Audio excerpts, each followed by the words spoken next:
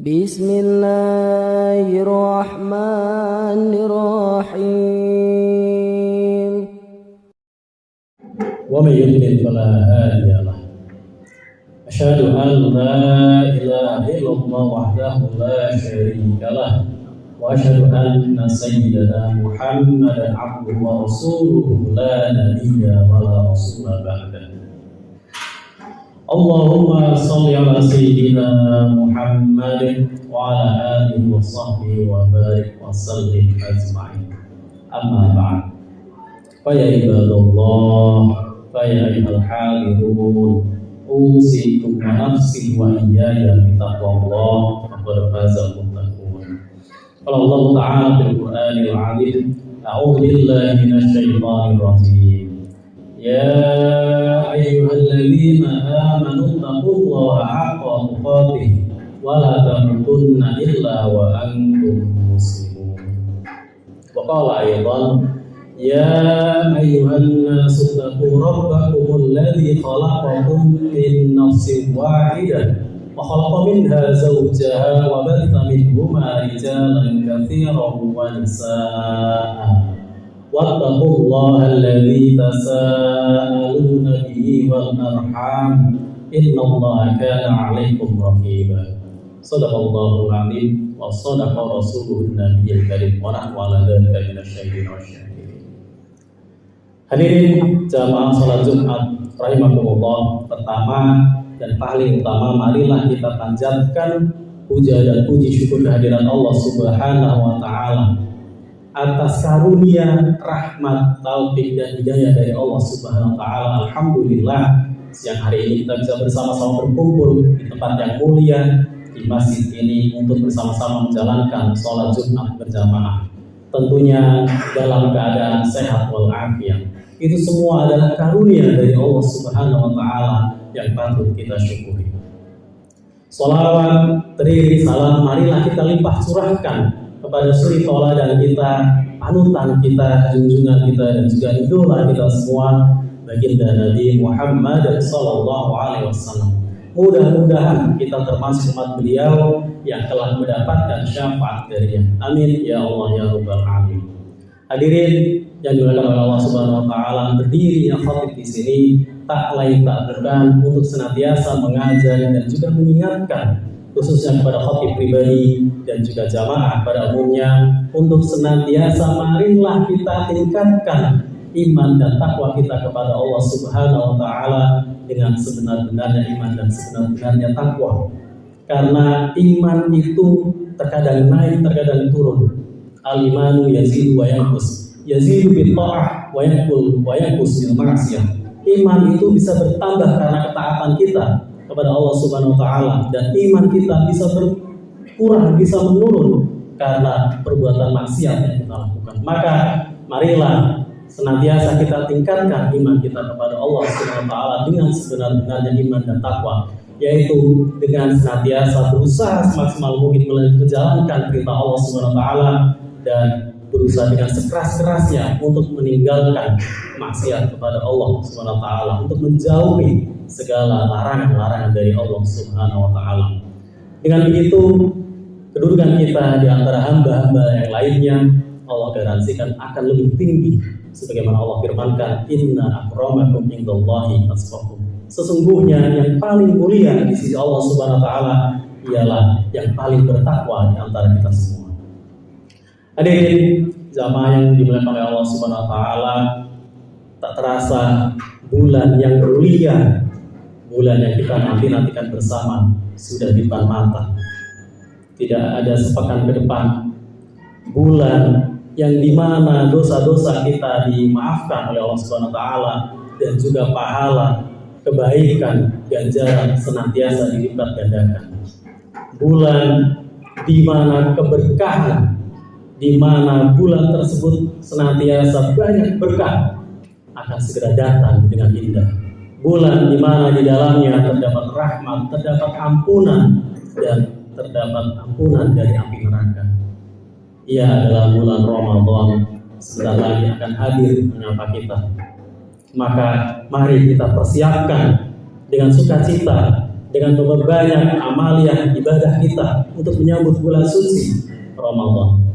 Ramadan adalah bulan ke-9 di antara kalender Hijriah, di antara bulan-bulan lainnya. Ramadan bisa berasal dari kata Ramadan yang artinya menggembala, sebagaimana dalam kata Ramadan al-ghanam, menggembalakan binatang ternak untuk mencari rumput sebagai bekal makanan bagi ternak kita. Maka Ramadan bisa kita maknai adalah untuk menggembalakan jiwa dan raga kita di dunia ini, untuk beribadah. Siangnya kita gunakan untuk berpuasa, malamnya kita gunakan untuk beribadah, sholat tarawih, sholat tahajud, sholat witir, dan juga ibadah-ibadah lainnya sebagai bekal kita kelak untuk kehidupan di akhirat. Ramadan juga bisa berasal dari kata Ramadan. Ramadan artinya adalah panas atau kehausan. Sebagaimana kita tahu semua bahwa ketika bulan puasa kita diwajibkan berpuasa dari matahari terbit fajar shadiq sampai dengan matahari terbenam. Maka tidak makan, tidak minum menjadikan kita merasa panas, merasa kehausan. Dan itu semua sebagaimana dikatakan oleh para ulama bisa membakar dosa-dosa kita, sehingga mudah-mudahan Allah mengampuni dosa-dosa kita lantaran kita berpuasa. Juga berpuasa lantaran keimanan, maka Allah akan mengampuni dosa-dosa kita. Sebagaimana baginda Nabi Muhammad SAW bersabda, "Man shoma Ramadhana imanan wa ihtisaban, ghufira lahu ma taqaddama min dhanbi." Barang siapa berpuasa di bulan Ramadan karena keimanan dan juga mengharap ridho, mengharap pahala dari Allah Subhanahu wa taala, maka Allah akan ampuni dosa-dosanya yang telah lalu. Hadis riwayat Bukhari dan Muslim. Hadirin jamaah yang dimuliakan Allah Subhanahu wa taala, maka karena begitu banyaknya pahala, begitu banyaknya berkah di dalam bulan Ramadan, maka Allah mewajibkan puasa Ramadan sebulan penuh kepada kita semua. Allah Subhanahu wa taala berfirman di dalam Al-Qur'an surah Al-Baqarah ayat 180 ayat 183. A'udzubillahi minasyaitonir rajim. Ya ayyuhalladzina amanu kutiba 'alaikumus syiyamu kama kutiba 'alal ladzina min qablikum la'allakum tattaqun. Wahai orang-orang yang beriman, diwajibkan atas kamu berpuasa sebagaimana telah diwajibkan atas umat-umat terdahulu supaya kamu bertakwa. Di dalam ayat tersebut disebut sebagaimana umat-umat terdahulu, berarti mengandung pengertian umat-umat terdahulu juga berpuasa. Kita tahu ada puasa Nabi Daud, di mana satu hari puasa, satu hari tidak, begitu selang-seling sepanjang tahun. Ada pula umat-umat yang lainnya yang melaksanakan puasa.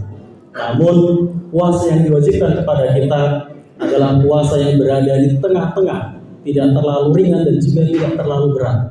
Karena kita umat Islam adalah umat yang wasatiyah, umat yang tengah-tengah, maka Allah berikan puasa kepada kita juga puasa yang tengah-tengah, tidak terlalu mudah juga tidak terlalu berat bagi kita. Terlebih anugerah pula bagi kita yang tinggal di Indonesia. Indonesia berada di dekat dengan khatulistiwa, maka perbedaan siang dan malam, perbedaan waktunya kurang lebih setara.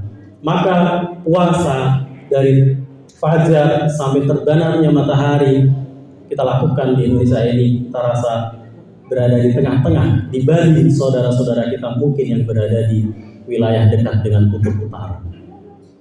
Hadirin jamaah salat Jumat yang dimuliakan Allah Subhanahu wa taala, karena banyaknya pahala di bulan Ramadan, maka di dalamnya marilah kita laksanakan ibadah puasa supaya menjadi media yang efektif untuk membedakan, untuk mendekatkan diri kita kepada Allah Subhanahu wa taala.